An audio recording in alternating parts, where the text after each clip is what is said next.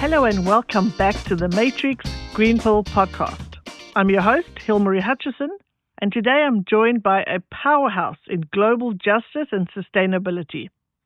Etelle Higonnet is a Yale-trained lawyer, environmental activist, and the founder of Coffee Watch, an NGO fighting deforestation and slavery in the coffee industry.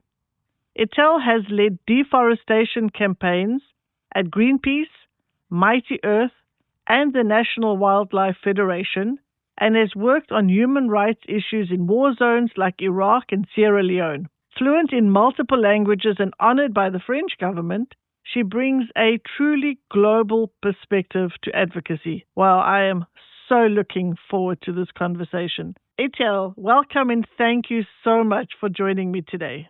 It's such a pleasure to be with you, Hilmarie. Thank you for having me on. Well, you've had such a remarkable and multifaceted journey. I was telling you just before we started the recording, you've done so much, it's going to be really difficult to focus in on only a few things. But can you take us back to the beginning and tell our audience a little bit about yourself?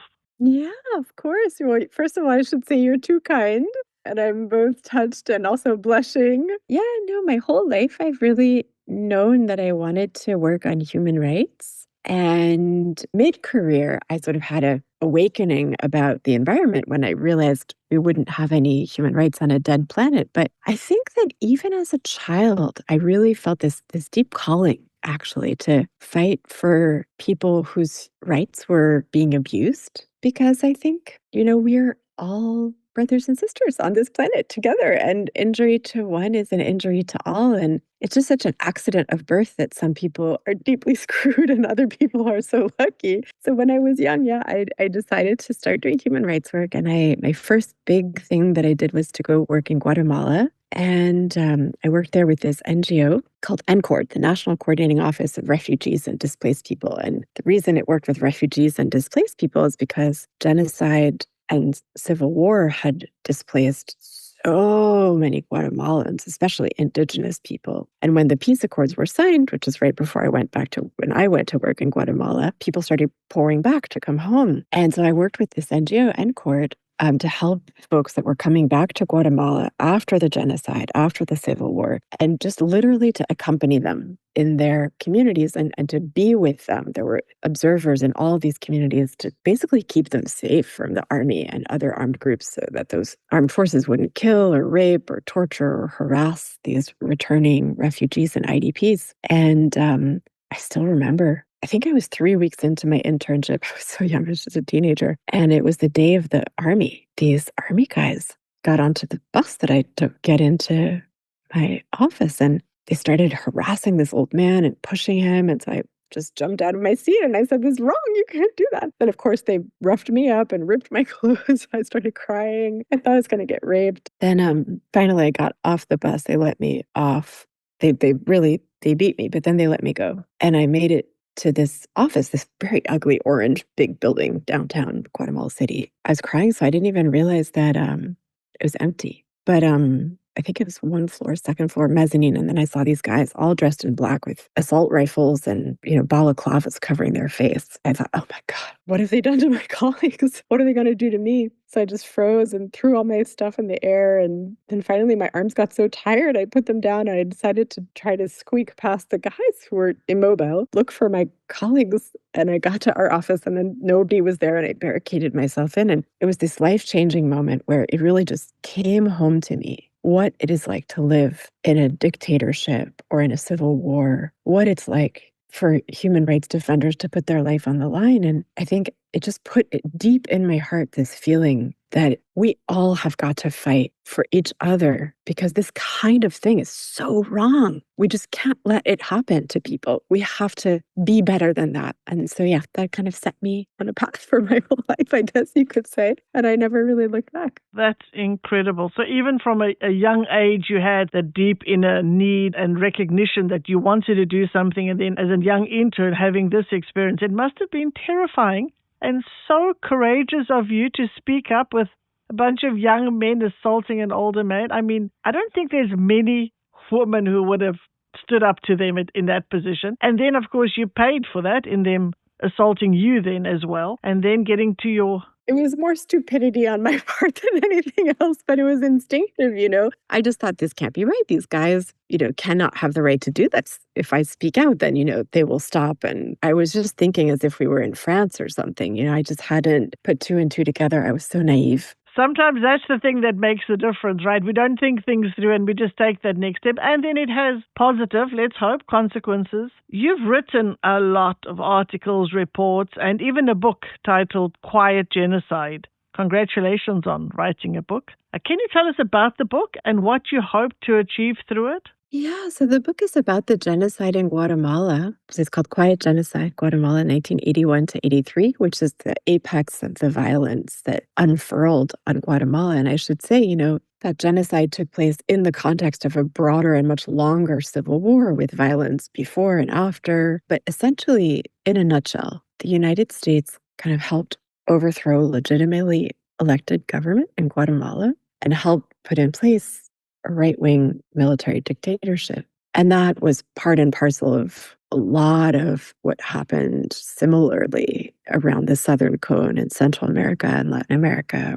We all, I think, know about Pinochet and Chile and the dirty wars that were not only in Guatemala, but also in Argentina and most countries in Central and South America during the Cold War. But I think what happened in Guatemala was really especially horrible. And anyway, so there was a truth commission to shed light on what happened. And that truth commission just got so little attention. So I thought, okay, we've got to translate this text of the genocide section of the UN Truth Commission and then bring in experts to write about it and bring this to light, bring it to the world. Somehow, I think at the time when I was young, I thought if people knew about what happened, then we would inch closer to justice for all the victims, both the dead and the living. Right? Because there were many people who were tortured and raped or, family members of people who were killed and disappeared who deserve justice, especially these 5 indigenous Guatemalan groups that were really targeted. My dream at the time was to write this with an eye to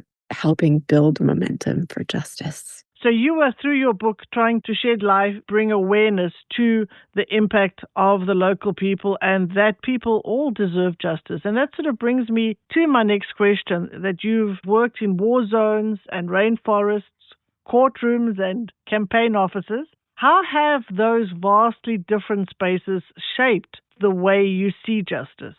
Oh, yeah, very much so. I think that I've worked both in winning and losing campaigns, and I've seen up close and personal what it takes to win. But I've also been very close to some heartbreaking losses, right? And can I say one of the weirdest things is when I went to law school, I could tell I'm probably one of the dumbest people in my class. There are all these incredibly smart people there. And so many of them went on to work for top law firms and top companies and make huge amounts of money. And I just realized at that time that, wow, the fossil fuel companies and the deforesting companies and the companies that are bankrolling blood diamonds that have caused all these people to be killed and amputated and sort of enslaved in Sierra Leone, et cetera. I don't know if your listeners have seen that movie with Leonardo DiCaprio, Blood Diamond, but it kind of shows you what happened in Sierra Leone and how this diamond industry was fueling the war. Yeah, all these super rich companies, they get these incredible lawyers. And so they kind of tap dance around justice. That cemented in my heart a deep desire to try to put some weight on the other side of the scales. I may not be the smartest person in my class, but I certainly can dedicate my life to folks experiencing the violations rather than the companies that are fueling the violations. I think just seeing this huge gap between being on the ground in Sierra Leone and then walking in these corridors of power at Yale Law School and in a top law firm, I just realized the world is upside down and backwards. And we've got to do everything we can to stop the injustice and change it. It's in our hands, isn't it? Yeah, that's truly an interesting perspective. As you say, it's so sad that the companies that's exploiting the most have the money to then hire the best lawyers, spend the most money, so that they can continue exploiting.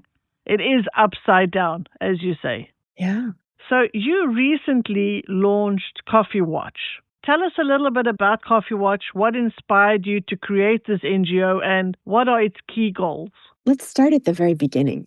When I realized that we weren't going to have human rights on a dead planet and that I should probably try to dedicate my life to fighting human rights and environmental destruction, I'd already worked for like 12 and a half years in this human rights space when it hit me. So I'd, worked in 2 war crimes tribunals, worked at Human Rights Watch and Amnesty International. And basically, I was like, okay, got to do something about climate change so that we can all have clean air and water and a habitable planet. So I hopped over to Greenpeace.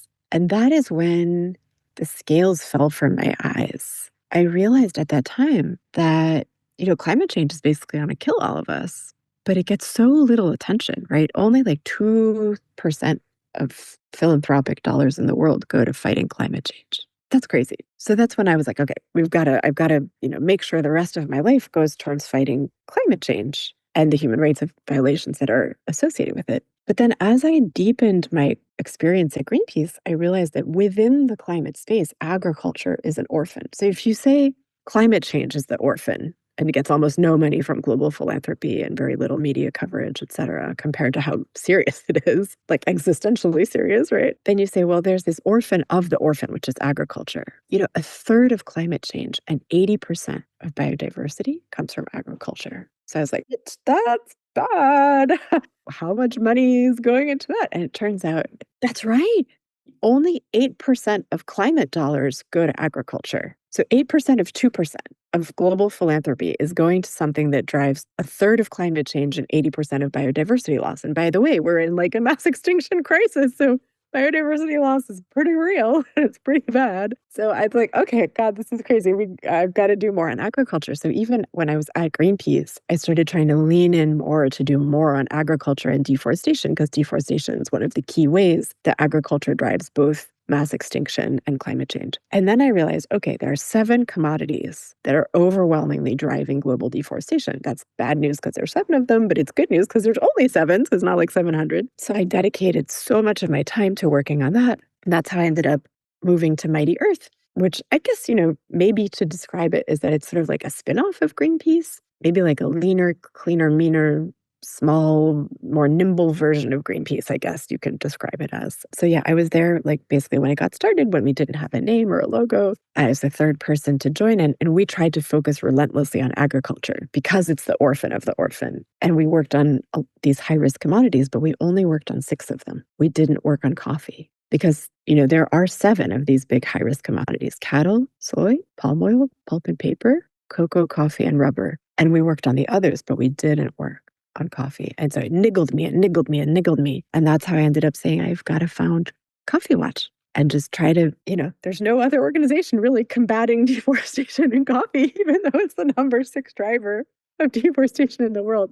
So let me try to do that. So that's kind of how I ended up here. Amazing. Yeah, for sure. Coffee is something millions enjoy daily. I'm also a coffee lover. Yet we do not know about the abuses behind the scenes. What are some of the most urgent issues you've uncovered in the industry? I knew going in that it was the number 6 driver of deforestation in the world. And that's kind of what I set as my North Star. Like, let's stop that. Let's change that. Let's turn that around for the industry and stop global deforestation for coffee. And that's, the whole idea that I had originally when I was going to set Coffee Watch up and found it. But then when I started educating myself as I was gearing up to launch Coffee Watch, I realized what is packed with poverty, child labor, slavery, and human trafficking, with gender-based violence. The scales fell from my eyes. And I realized it's not only the environmental harms of deforestation and like pesticide-soaked monoculture, it's this whole human rights dimension. So it's got almost like coffee's human rights abuses were dragging me back to my origins of human rights work. But it's got a lot of crazy stuff going on. When you first went to it, it was because of your interest in looking after the environment. But then as you dug deeper into it, you realized all the human rights failures within the industry. You mentioned some poverty, you mentioned slavery. What are some of the things specifically that our audience would not know about? Yeah, well, here's something I didn't know about, so probably your audience didn't know either, but their fault. It's just this is very underreported. if you drink coffee on the regular, there's a very high chance you're basically drinking slavery. So let me unpack that. What I mean by that is Brazil is the #1 coffee producing country in the world. It makes around 31 to 39% of the world's coffee, depending on who you ask, right? And depending on the year and the harvest. Basically, it's a third of the world's coffee. Brazil has a huge coffee slavery and forced labor and labor abuse problem. So just to give you a sense of the scale of what am I talking about, between 1996 and 2023, labor inspectors found 3,700 plus workers in modern slavery in coffee plantations in Brazil. That's only with inspecting 0.1% of coffee farms in Brazil. So imagine if they inspected 1% of coffee farms in Brazil, maybe would they find 37,000 slaves? We could just do the math here, but the point is nobody knows. And yet, even with this tiny, tiny, tiny, grossly inadequate amount of investigations, there are thousands of slaves being rescued. So in 2023, the coffee industry was the #1 source of governmental slave rescues in Brazil. It made up 11% of the total rescues. 2023. That's shocking. That means we are drinking slavery on the regular if we drink coffee. It's just crazy. That's nuts. That shouldn't be allowed, right? Absolutely. But what's the workaround? What's the solution? What can be done? Yeah. No, you're getting to the heart of the matter. This is a great question. What can be done? What is Coffee Watch doing? Well, we've investigated this and we supported a law firm to start litigation with our data. This group called International Rights Advocates filed lawsuit in the US against Starbucks for trafficking and slavery. And at Coffee Watch, we filed a petition with US Customs asking them to completely block imports from Brazil to the US of coffee that's tainted by slavery and forced labor. And we named Starbucks, Nestle, we named JDE, we named Dunkin', we named Illy, we named McDonald's. That's public record. You can just see our complaint. So that's now in the hands of the US Customs. So people can obviously go check out that lawsuit and that petition. And we worked with this really lovely group that does online petitions that citizens can just click onto to support it. It's called ECHO. It's called ECHO, EKO. And so if you Google EKO Starbucks coffee slavery, you'll find it. And it has 107,000 signatures. So people can sign that petition. People can go online. They can go on social media and they can post on the social media of companies. I'm your customer. I love your coffee. I drink it all the time. Please, please, I beg you. I want you as your customer to triple check your supply chain that there's no slavery and forced labor in your coffee because it matters to me. Companies are pretty sensitive to that. They're pretty responsive. I think you'd be surprised how much companies care about customer satisfaction. But then the other thing I would say is, what are we asking the companies to do fundamentally is they have to pay a living wage. If they guarantee a living wage, you can calculate that country by country, right? Because the living wage is a bit different in rural part of Brazil versus Ghana versus Indonesia or Colombia or Indonesia.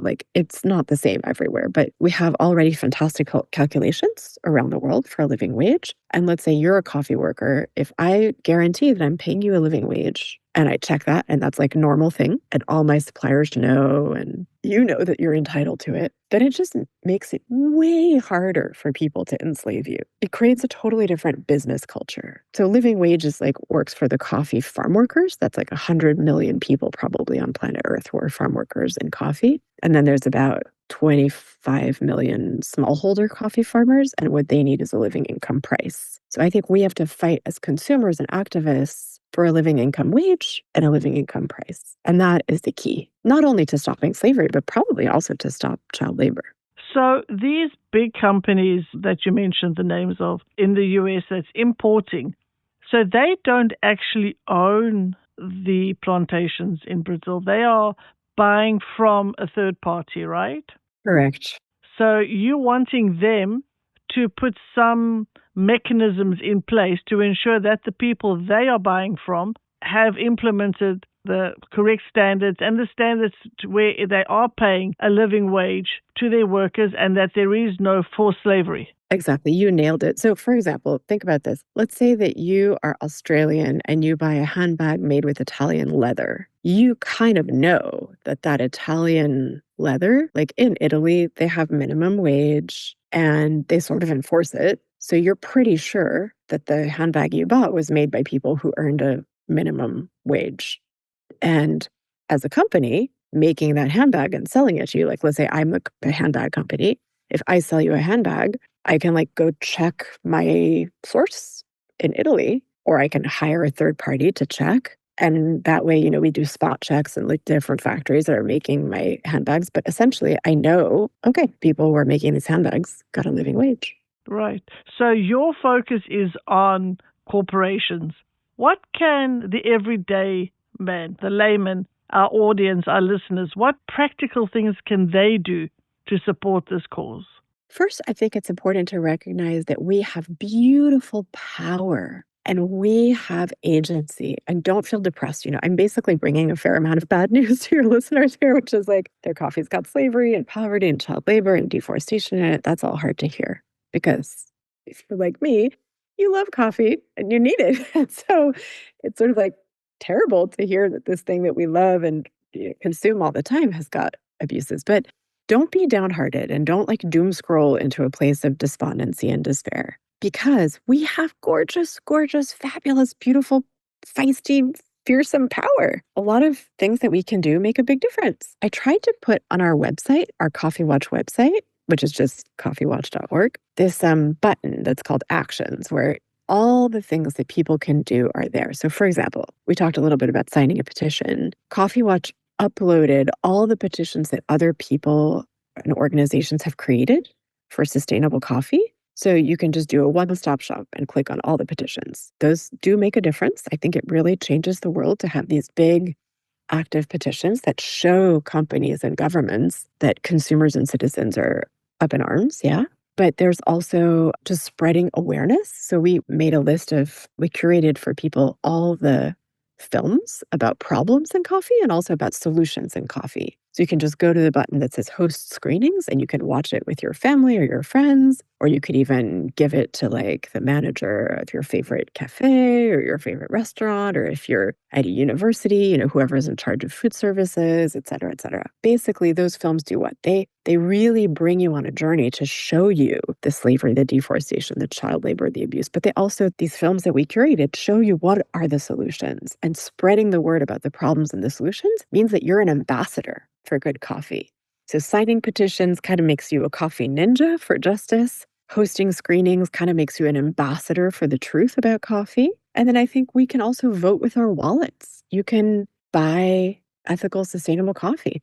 And, don't have to be perfect. Look, I'm not even perfect, right? But just do your research for wherever you are. Are you in Australia? Are you in Europe? Are you in the US? Are you in Brazil? Are you in South Africa? Where are you? There are different small, sustainable, ethical coffee companies in those different geographies. If you just spend 1 hour of your life doing research, you choose the one that matches your values. Is it organic? Is it direct trade? Is it a living income? Is it grown in agroforestry, like shade-grown, beautiful, regenerative agriculture systems? You choose it, and then you just order it. And if you run out and you go to wherever place, like a cafe or something, just try to ask them for what's their most sustainable coffee. Do they have organic? Do they have shade grown? And don't beat yourself up if you cannot perfectly choose good coffee all the time. Like, that's fine. That's totally fine. But just do your best, Yeah, I love that message. Number one is to first spread awareness. And I love that you've put together the website and you've really made it easy for consumers to find everything in one place. All the petitions are there, the movies are there. So you've really made it easy to be educated and to be able to do something practical ourselves. As you say, also to become an ambassador. And at the end of the day, also to vote with our wallet. We can make the decision about where we are going to buy the coffee. And probably if we are going to buy the ethically sourced, ethically produced organic coffee, maybe we're going to pay a bit more for that. But maybe we will have one less cup a day and be able to also do our part to support. Yeah. It's usually only 2 or 3 cents extra per cup when you buy more ethical, more responsible, sustainable coffee. So we don't even have to give up our coffee. Yeah, yeah. And, like you said, think about it this way. If it's a bit extra compared to what you were used to buying, but it makes you feel so much better about how you're basically voting with your wallet and you're buying from the heart And with each purchase, you're making the world a better place. With each cup, you're fighting for farmers and forests. Maybe that's worth it to you. Or if you're really on a tight budget, maybe you just choose one day a week where you don't have coffee or you have one less cup, and that will even things out. Yeah, but I feel, on our website, we have this like one-stop shop place. Like, how do I buy more responsible coffee? Where are all the petitions I can sign? How do I volunteer? What are the films I can screen? We really tried to make it accessible so that if you care about coffee and you care about the world and human rights, it's just all there for you. You are clearly passionate about the environment and human rights. And I love that you are using your energy to further this and to work so hard for both the environment and for those people who have been disadvantaged through modern day slavery and unethical practices. It's absolutely fantastic. What's next for you and for Coffee Watch? Well, I guess there's two alternate futures in my future. One is that it takes a really long time to change the coffee industry. And that's what I'll do until I die. And another alternate future is like, what if the coffee industry just is transformed and becomes its best self and becomes really beautiful? We know that's possible, right? Because we have seen with these other high-risk commodities that I was talking about, these 7 deadly sins of deforestation, I guess you could say, the 7 commodities that are trashing our forests around the world. We've seen big, beautiful change. Like I remember there was a sea change in palm oil where over the space of 5 years, a domino effect rippled through the industry and boom, boom, boom, boom, boom. All these companies shifted to no peat, no deforestation, no fires, no exploitation. They cracked down on forced labor and child labor and rape in palm oil.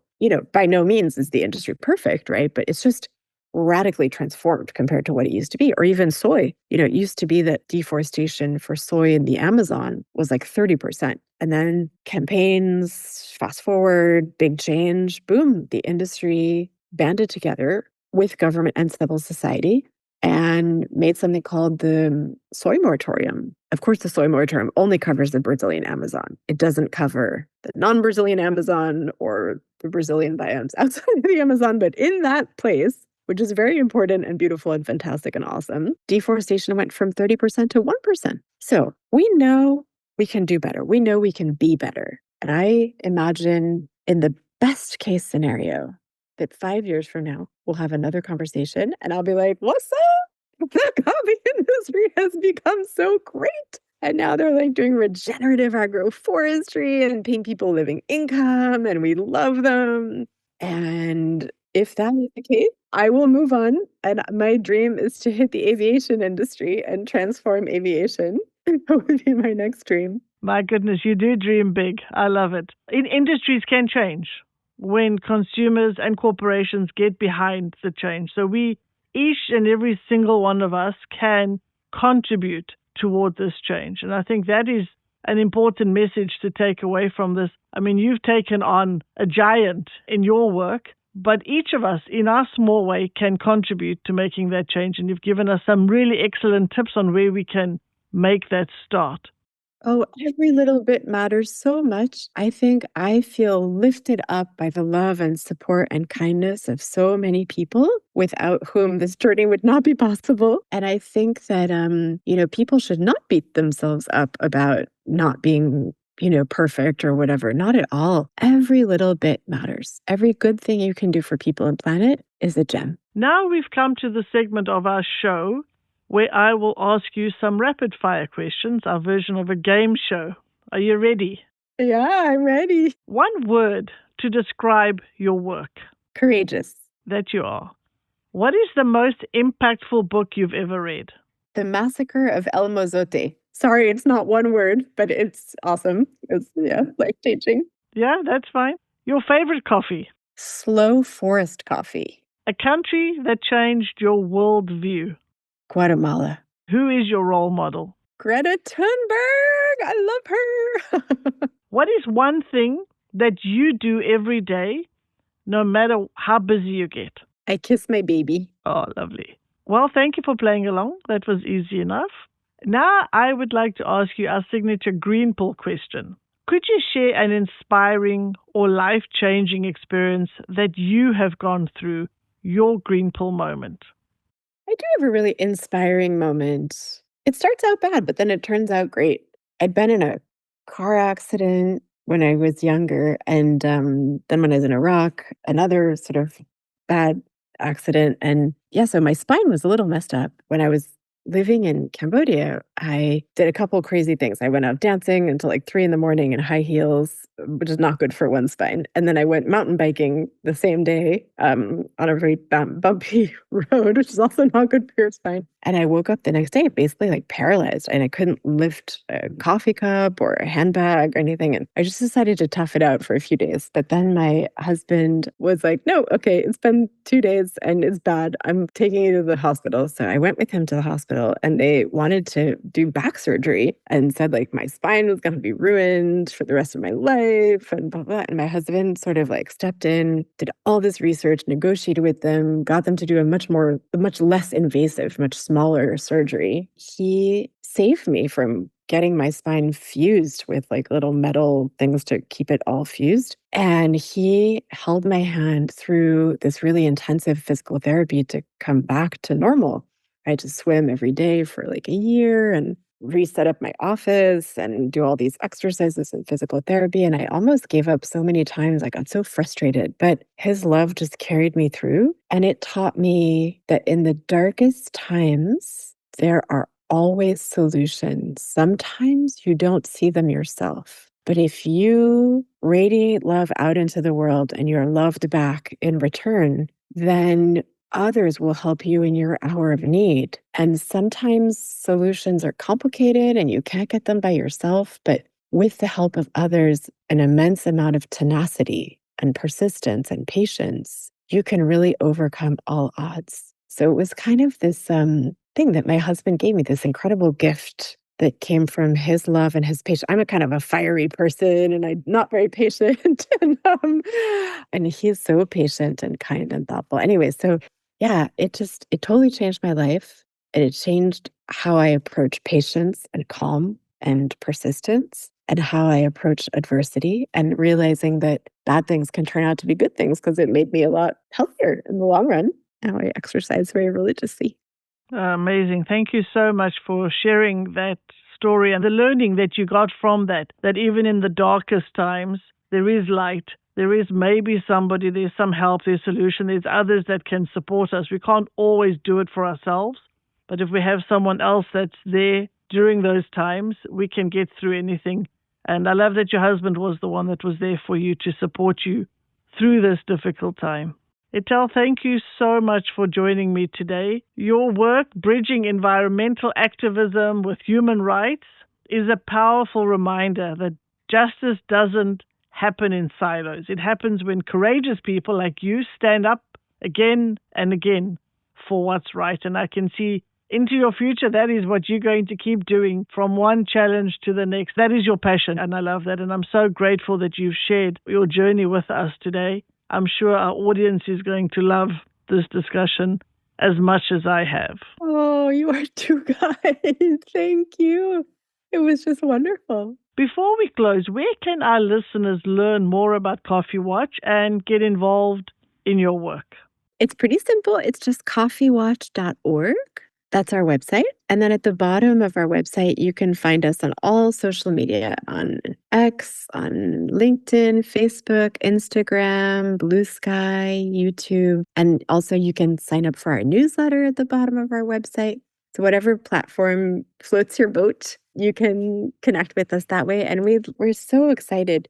We went from 0 to almost 1 million views on our social media in under 1 year of Coffee Watch having been launched. But of course, the more people join us on social media, the better it is, because then they can learn about new solutions and new awesome things they can do to make coffee a better industry. Yeah, we're just stronger together. That's fantastic. Thank you so much for everything that you're doing. Thank you. And to our listeners, thank you for tuning in to another episode of the Matrix Green Pill podcast. If you found this episode enlightening, please subscribe and leave us a 5-star review. We would be truly grateful. Until next time, stay informed, stay inspired, and remember, your choices can shape the world. If you enjoy our conversations, please like and subscribe. See you next Wednesday.